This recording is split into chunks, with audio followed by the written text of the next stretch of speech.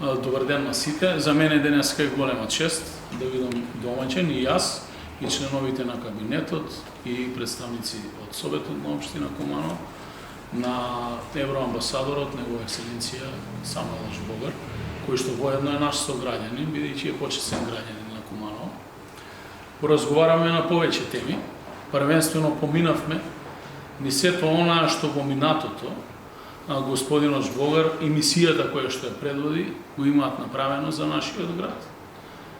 Зборуваме за голем број веќе имплементирани проекти во делот на подземната инфраструктура со директна поддршка и средства на граѓаните на Европската Унија, голем број на меки проекти, проекти од Erasmus Plus имплементирани во нашите основни и средни училишта и онаа што е најбитно, последниот проект, а тоа е проектот за отварање на фабрика за преработка на отпад, која што е лоцирана во соседна општина Свети Николе, а каде што Куманово учествува во тој регионален проект и врз база на тоа и веќе добивме одредена помош, нови камиони за колектирање и депонирање на отпад, а во следниот период ќе инвестираме од тие средства кои што ги добивме како грант од Европската Унија во изградба на претоварна станица на постоечката депонија во село Пчиња, која што долгорочно ќе биде затворена во следниот период.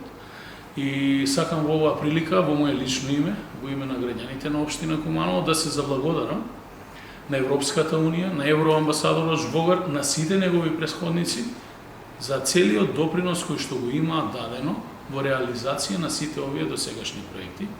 Воедно да посакам успех на сите полиња на амбасадорот, бидејќи за кус временски период неговата мисија завршува овде. Посакам успех на сите полиња, на него, на членовите на неговото семејство и секако топло добре дојде на следниот амбасадор кој што ќе ги наследи неговите работи и да земе пример од него. Во овој период државата донесе крупни политички одлуки, како држава тргнавме напред, влеговме и станавме полноправен член 30 на НАТО. Еве на патот сме да добиеме и датум за преговори со Европската Унија и еден ден да станеме и полноправен член на Европската Унија и да се чувствуваме вистински европејци онака како што ни доликува. На тој пат Европската Унија силно не поддржува и ние сме благодарни за тоа. Ви благодарам.